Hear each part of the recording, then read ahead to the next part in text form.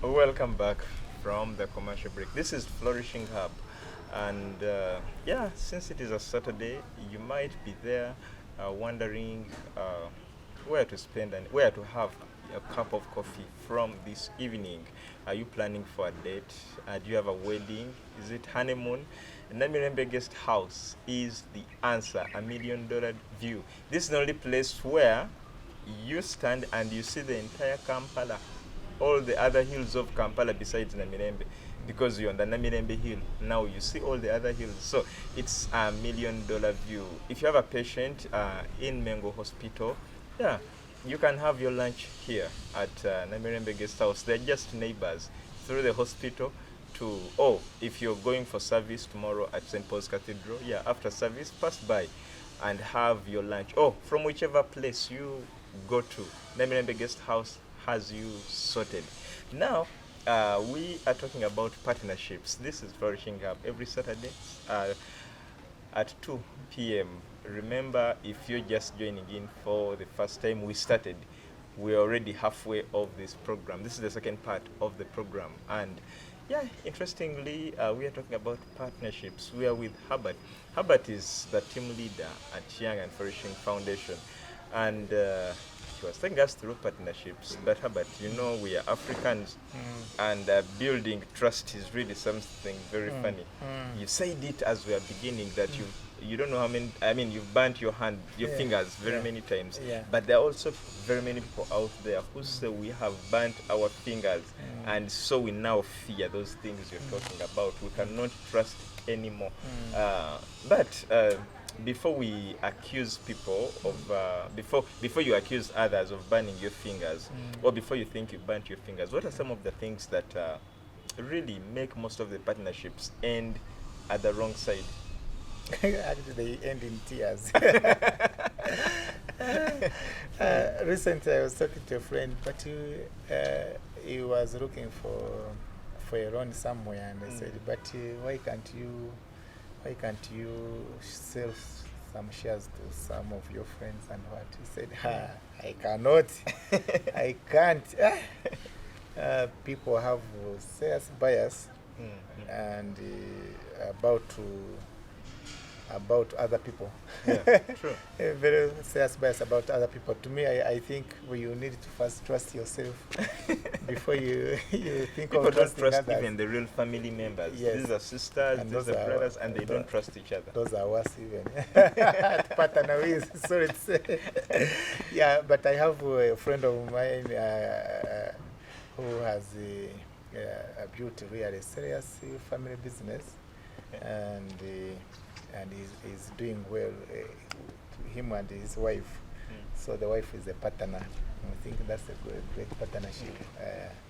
So, Canon Frank, I greet you and I respect you for building that business. And to me, I think trust is very, very crucial when selecting a business partner. That trust, because the business has finances involved, and if you have poor financial management, then the business goes down, because cash flow is a lifeblood of any company. So if someone feels like you are there and there is a friend of mine, his colleague called him, "Come and we do business together." And they were doing construction. So they got a job, they got some contracts, and they were in northern region, northern Uganda, doing serious contracts. When they were given some part payment, the guy bought a very big car of 200 million. Yet that money, construction is capital intensive. That money is supposed to be used to do construction. So he bought a car for himself, and now the other guy, a friend of mine, was supervising the works in northern region. They almost killed him because he failed to pay workers, and the materials were not on site or what. So he had to escape back to Kampala, and the other guy went into exile. is in Kigali in exile. Yeah, my former boss, whom I respect, Honorable Shem Bagine, once told me that in life never be too much excited. Because when you become so excited, you do things that are not worth doing, and you end up regretting. When you get so much excited, you get so much disappointed at the end. So young people who are watching tonight, please also take that, because I took it seriously. Never be so excited. There are some people, when they get money, when they receive money, like let's say you are used to having 10 million in your pocket. Now you have got 50 million. You cannot settle until you go back to the equilibrium. It's the 10 million. That's why you find you feel like you need to go out. You need to bring. You start calling people. Hey, I need this and this. You remember. I don't know whether it happened, but our former, was it? She called herself Bad Black.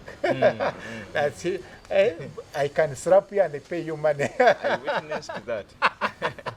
She used to park and then she says, "Why are you looking at me?" Yeah. Can I give you money? So that's the excitement. Don't be. I hope she will not sue us. Yeah, but I will learn from such a kind of and stories. she has also learned. I know. Yeah, she has always confessed that this is one thing I've learned. Yeah, I think that's the excitement. So when you do business partners, don't be excited, because when money starts coming in, have that in mind. So I think trustworthy excitement is one of the causes, and trustworthiness is one of the causes why partnership businesses fail. Yeah. The second one is I have a friend of mine. He's an architect. I can mention his name, architect Jesse Twachungwa. He started a company and brought other people. But the guy, as I know him, is incorruptible. He doesn't pay bribes or what.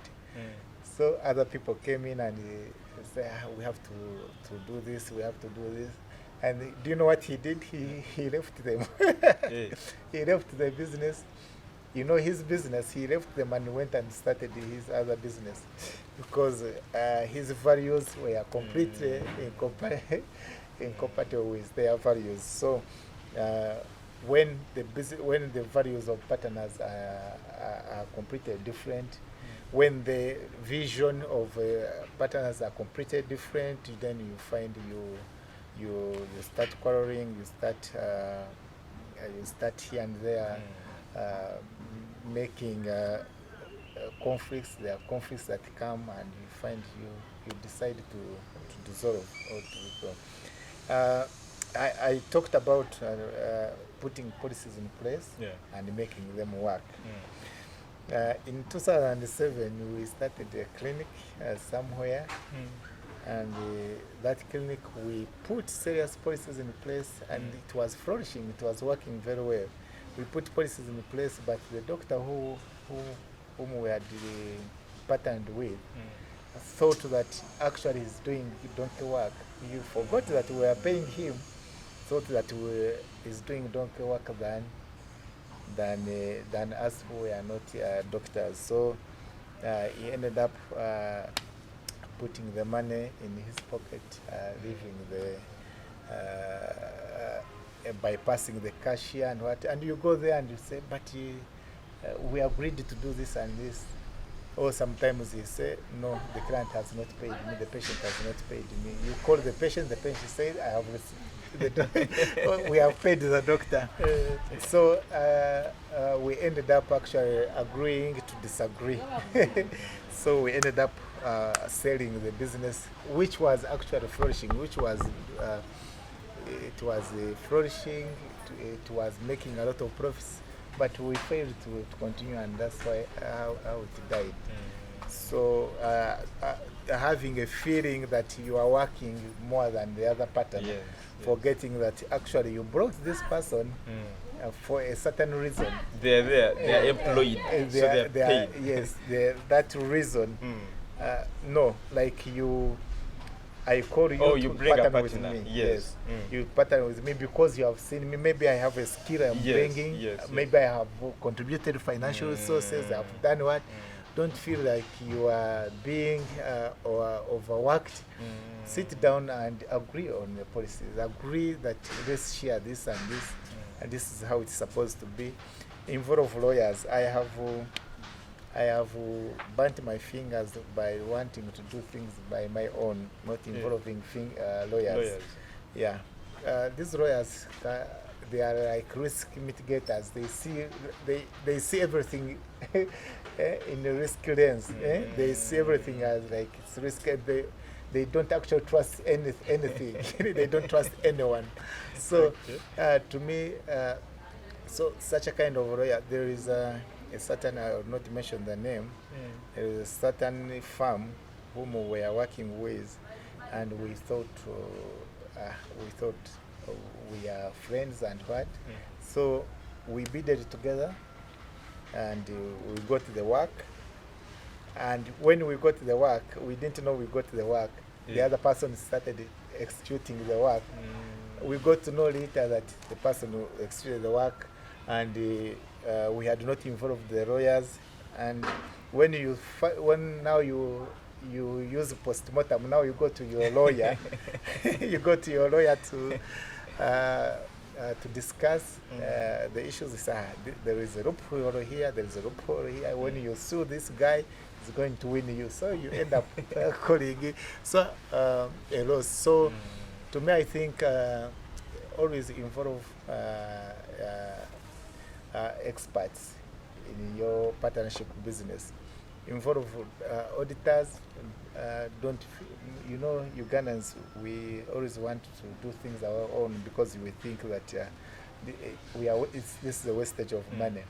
Involve auditors, accountants, involve lawyers, involve experts to, like, I'm into real estate. I have seen people, they have burnt their fingers because they don't want to involve surveyors or what into when they are buying land. So when you are operating partnership business, please involve experts that will guide you in your operations. Okay. That is really very, very important. And actually, you realize that very many people do not want to engage lawyers. I don't know why. Yet sometimes they are the people to rescue you. Not even lawyers. When you fall sick, you think of going to buy Panadol in the pharmacy. Or if I have ulcers. For you have already declared that you have ulcers, so you go and get some syrup in the pharmacy, which is very bad. When you fall sick, go to seek medical help from the practitioners, not yourself, because many problems have occurred because people don't want to seek help. Well, talking about partners, what should be the qualities of a business partner? What can I look out in a person I want to partner with? Because that is very important. Besides probably those things that you can see and know, what are some of those things that someone should look out to? And when someone doesn't bear them, you're like, To me, the first thing is what value are you bringing on the table? Now, value. Yes. What value? What addition? What apart from money? What are you bringing on the table? Are you coming with a client? Are you coming with a sales market? What is your network? What's your network? That's number one. Number two, are you trustworthy? Like we mentioned, are you trustworthy? Do you know this business you are going into? Are you visionary? Or you just come, there are some people, they start for them, whenever they hear that there is money in this this business, they want to go there. And are you patient enough? You see, in business, you can put money in a business and you wait for 10 years. You wait for 10 years. So is that person patient enough to wait for 10 years? He cannot even wait for 2 months. Someone puts him the money here in, let's say, in the clothes, a boutique. No, he has. No, there is a money in the surprise. In surprise, okay. He closes the other one and goes to. Edwin has made money in the saloon. Then he rushes to saloon, becomes a prostitute, business prostitute, going everywhere. So is that the kind of pattern that you need really to bring on board? There is my business partner, Moses, when we started Ridgeline, he got a sales job in a certain big international organization. He was being paid over, the offer was over 10 million. And we were struggling even to get transport to take us back home. But the guy rejected the offer because he had vision for Ridgeline. Those are the kind of partners. Someone who is patient, who cannot be compromised by the mereyalero, waiting to grow in the future. That's the kind of business partners you need to bring on board. Does it really mean that if you are partners, you should all actively be part of this business? Or we can choose that, okay, for me, let me go and outsource the funds while the others take up? Yeah, there are, of course, different types of partners. There is a dormant partner. They call them quasi partners. Those who have invested in money and they just come in to cross-check how the business is running, and for you, you are running the business, and then you agree that to run this business, I'm being paid this amount of money, and the other person at the end of the year or at a certain period you have agreed upon, you get dividends. So yeah, you can actually invest in a business, and you don't directly get involved in it. Like also these investment clubs, like the circles we have, we are not involved. We are just waiting every year to get our dividends. Yeah. Like in these companies, the stock market, where you put in your money and at the end of the year you expect dividends. Sometimes, of course, you get those shock adverts, profit warning. Every time I see profit warning, I know there is a loss. Yeah. But at least they've communicated and you know. No, that's part of business. In the business, there is what we call profit and loss account. It's not profit account alone, it's profit and loss. So if you start a business and you expect every time it is profit, just, no. There are valleys and hills and what. So you know that when I'm into business, I will either make a loss or I will make a profit. I will break even. Well, that is really very, very important. You talked about the values, but now we have people who are good at convincing that in interacting with them, you might realize they're the right people you need, and yet in actual sense, that is not who they are. Is there any other check that you should do as you select the partners? Actually, I can answer it in the irrelevant form. Like suppose it was Ngoni. I think the question you should ask me, suppose I want to call you to invest in my business. Is it the right business? Because I was telling, every mastermind group that comes at Young and Flourishing, we tell them to form an investment club. So one of the group, we told them to form an investment club. They did. Now, I phoned them one morning discussing that they want to put money in capital chicken.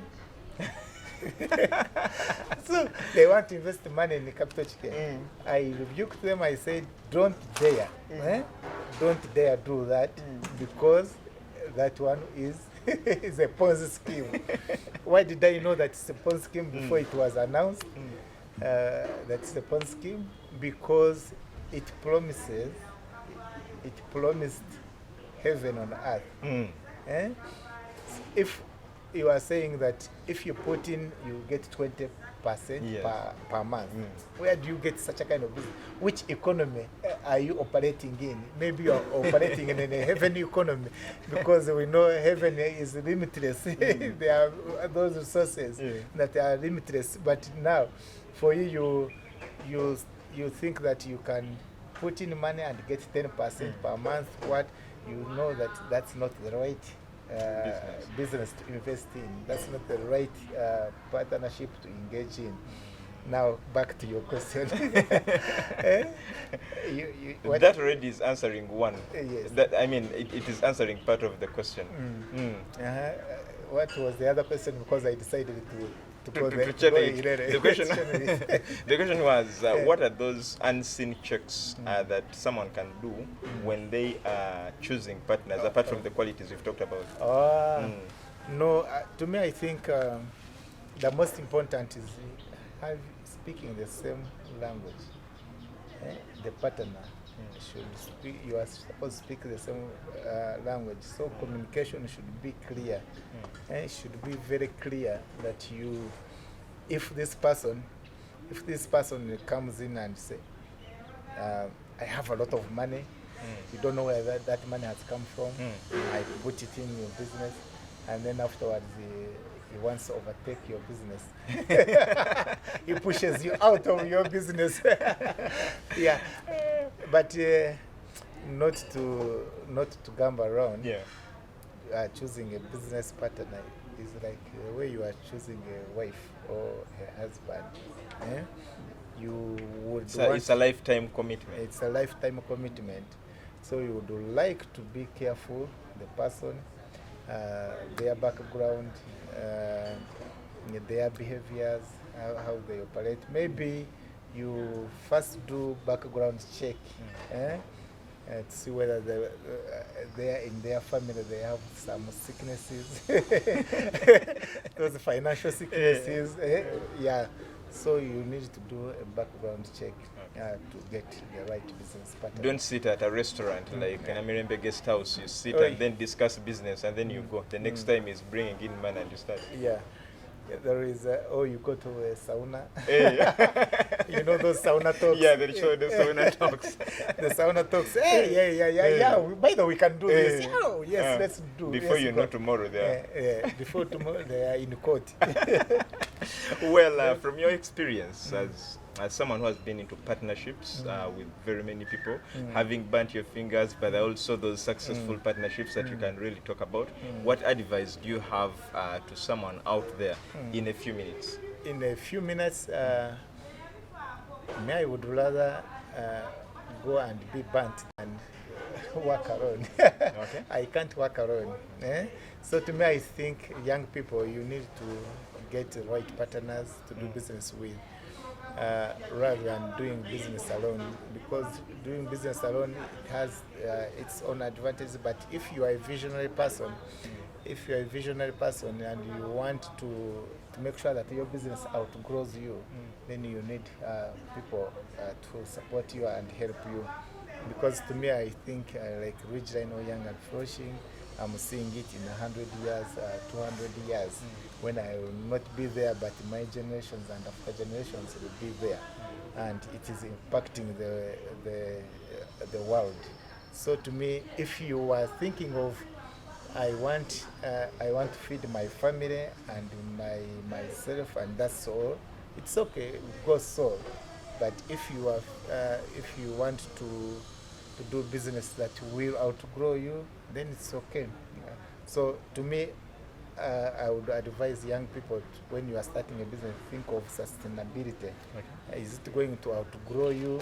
If it's going to do so, please get the right partners. And if you don't have the right partners, you approach me. We have people whom we have trained who are very good. Okay. They will be the right partners. Herbert, thank you so much for this. I believe from now, someone can really have trust for partnership, for business partnerships out of what you've shared with us. And I believe you, as a young person out there, the only way to outgrow is when you work with others, because not only money, but even ideas, and there is a lot that you really benefit out of these partnerships. This is Flourishing Hub. Edrine Osteen Mukalazi is my name. Yeah, we were at Namirembe Guest House, $1 million view. So, by the way, if you stay around Kampala, when you're at Namirembe Guest House, you can even see who enters your house, because this is $1 million view, you see. Well, this I will meet again next Saturday at 2 p.m. From the entire team, have a good afternoon.